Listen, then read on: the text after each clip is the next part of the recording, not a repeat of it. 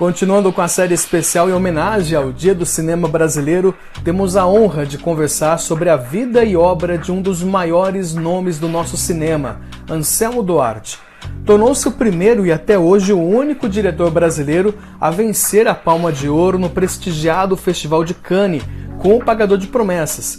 O filme, de 1962, também foi indicado ao Oscar na categoria de filme estrangeiro, além de vencer o prêmio especial do júri no Festival de Cartagena, na Espanha, e tantos outros prêmios. O Pagador de Promessas está na lista dos 100 melhores filmes brasileiros de todos os tempos, da Abracine, Associação Brasileira de Críticos de Cinema, ocupando a 9ª posição. Mas antes de todas essas conquistas, Anselmo Duarte já havia atuado em diversos filmes. Era um galã do cinema na década de 50, durante a época histórica do movimento chamado de chanchada. Falecido em 2009, no ano passado, em 2020, teria completado um século de vida. Uma história que precisa ser constantemente contada e preservada para permanecer em nossas memórias. E esse é o objetivo de estarmos aqui hoje, recebendo o filho do cineasta, o Anselmo Duarte Júnior.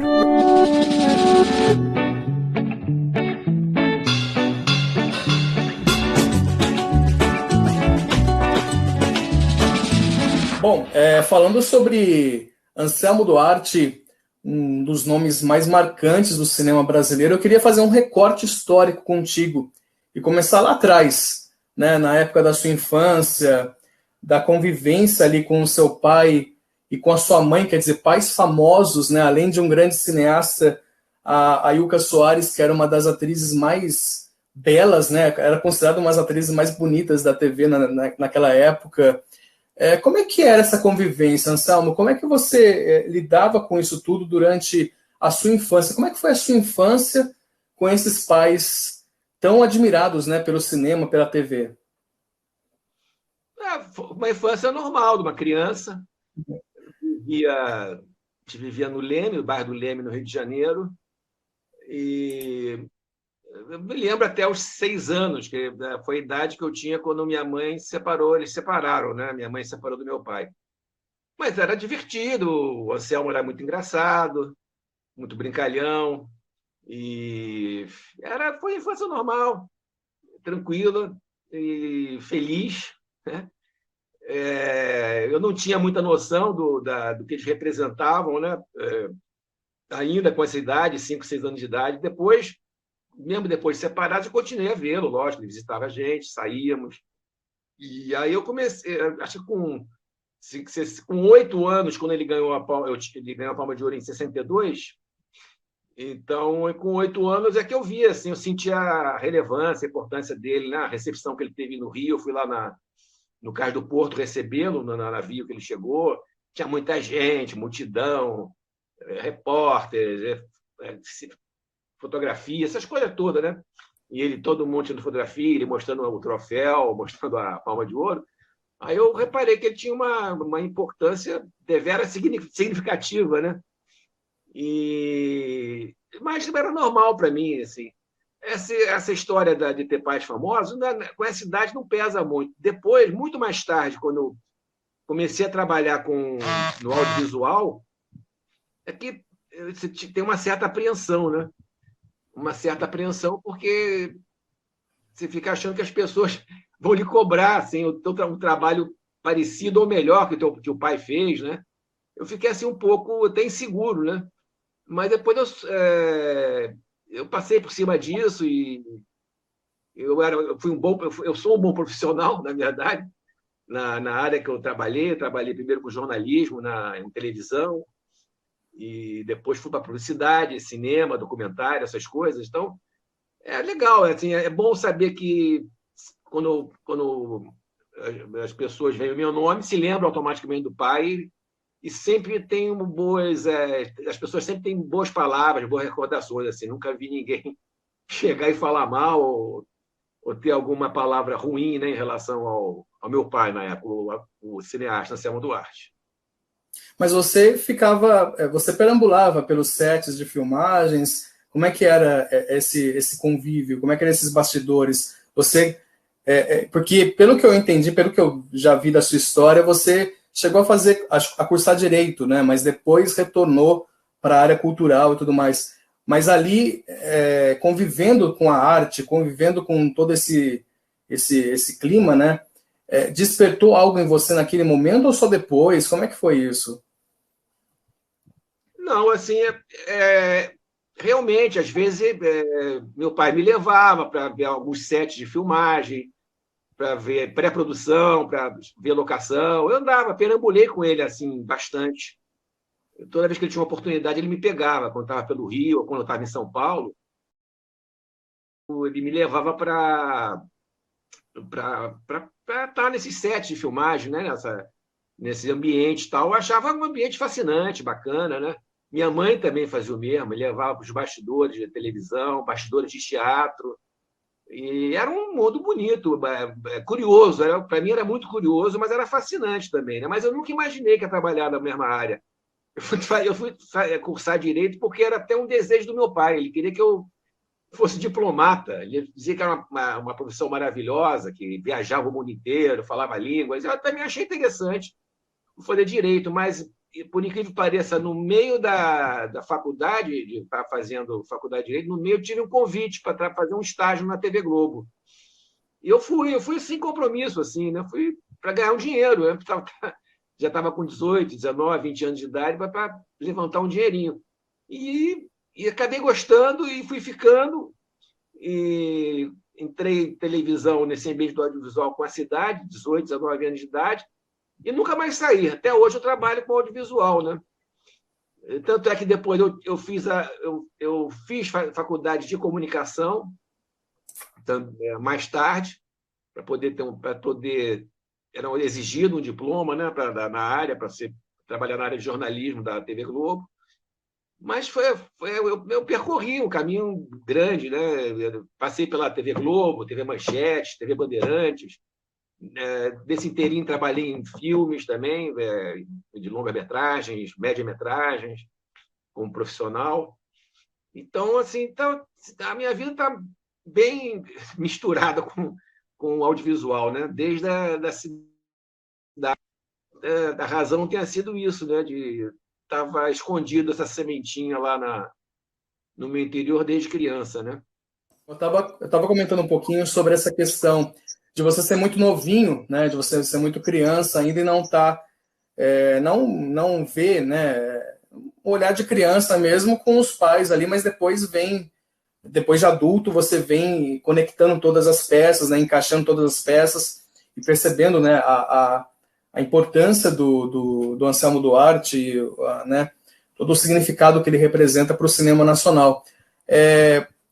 Atualmente, você consegue identificar alguns pontos. Por exemplo, a gente vê na história que houve uma certa desavença entre Anselmo Duarte e Glauber Rocha, né? A questão do cinema novo. Eu fiz um documentário, a biografia dele, né?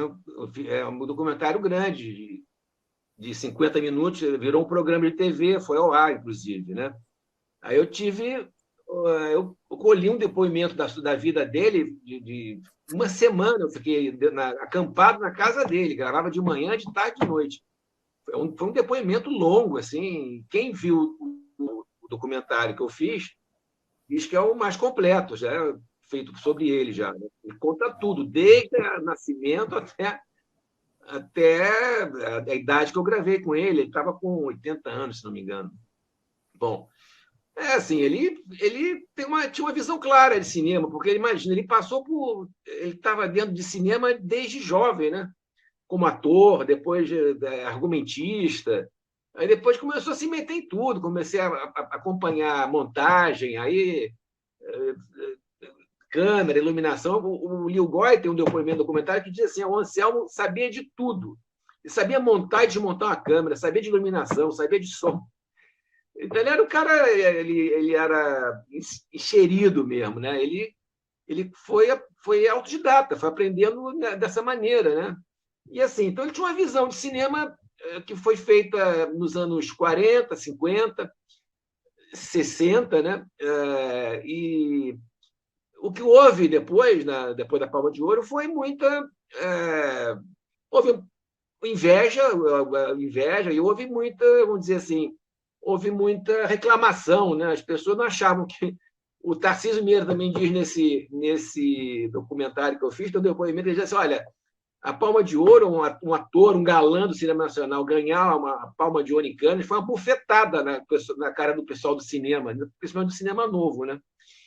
Então, assim, então houveram algumas discussões, algumas desavenças, tal, mas ele, assim, ele não tinha inimizade com o Glauber, não, muito pelo contrário, eles eram amigos, bem amigos. O Glauber começou, quando o Anselmo estava filmando O Pagador de Promessas lá em Salvador, o Glauber participou, ajudou, acompanhava, tal. Ele era uma diferença de idade grande, né? Mas assim, mas eles eram amigos, mesmo depois eles se encontravam em festas no Rio, gostavam de tomar um esquinho junto. O que acontece é o seguinte, eu acho que o cinema novo tem uma contribuição maravilhosa, né, para a cinematografia brasileira, é um movimento maravilhoso. Eu concordo, mas assim, como eles começaram a pegar muito no pé do Anselmo, ele começou a pegar no pé dos caras também, começar a dizer que os filmes deles eram ruins, né? Porque eles diziam que o cinema do Anselmo era acadêmico, né? E o Anselmo dizia que o filme deles era porcaria, porque não, era aquela câmera tremida o tempo todo e tal. Chegou a um ponto, começou a chegar a um ponto que, assim, o Pagador começou a ganhar prêmio demais, um prêmio atrás de prêmio. O filme mais premiado do mundo em 62. Ganhou Colômbia, Dublin, Berlim, Cartagena, foi nominado para o Oscar, né, para filme estrangeiro. Então, um dia ele chegou lá na Fiorentina, um restaurante famoso do Rio de Janeiro, onde se reuniam a boemia, os intelectuais, escritores, e chegou lá e o pessoal estava meio de saco cheio, só o Pagador de Promessas estava ganhando prêmio. Ele chegou um dia na Fiorentina e falou, chegou lá, tinha uma mesa dos amigos, falou assim: pessoal, uma notícia maravilhosa para o cinema brasileiro. O que foi? Um filme brasileiro acaba de ganhar um prêmio, mais um prêmio, no Festival de Glasgow, né? Escócia. Eu falei: qual foi o filme? Ele falou: O Pagador de Promessas. Aí a mesa: pelo amor de Deus, chega. Faz outro filme, não é possível, faz outro filme, Marcelo. Então, para você ver a que ponto chegou. Começou a criar incomodar muita gente, né? E culminou essa história toda que você era muito brincalhão também, ele levava um pouco na brincadeira também essas brigas. Ele chegou lá para um jornalista que veio perguntar o que ele achava do Festival de Cinema Amador que o Jornal do Brasil fazia todo ano, né? O pessoal do Cinema Novo também divulgava, incentivava, e o lema era uma ideia na cabeça e uma câmera na mão. E aí você falou: o que eu acho desse pessoal? É o seguinte: tem que mudar o slogan do festival, tem que ser uma ideia na cabeça, uma câmera na mão e uma merda na tela. Aí a briga ficou feia mesmo, entendeu? E aí foi assim durante muito tempo, né? Essa rixa entre o cinema novo, o Anselmo Duarte, mas assim, não nada que. Teve consequências ruins para ele depois, mas aí não foi nem por causa do cinema novo, foi mais por causa do regime de 64 que entrou, né? Ditadura, e aí ele teve muitas discussões em relação a ele. É impressionante o fato do Anselmo, como você mesmo falou, ele era um galã naquela época, né? E de repente foi totalmente autodidata de começar a estudar, de começar a querer aprender sobre cinema, querer fazer, mas ele não apenas queria aprender a direção, mas queria aprender a fotografia, queria aprender tudo, né? Tudo relacionado ao cinema e tudo mais. Você nota isso nessa geração nova? Você vê referências de pessoas que têm essa paixão de querer aprender, de querer ir além daquilo que lhe é dado, né? E ter essa virtude mesmo de buscar conhecimento. Você acha que temos profissionais na área do cinema com esse espírito que o Anselmo tinha, por exemplo, no começo? Eu sei que é uma pergunta disso, mas... É fácil, sabe por quê? Eu acho que não. Por quê? Mas não é culpa também. O audiovisual ficou muito fácil.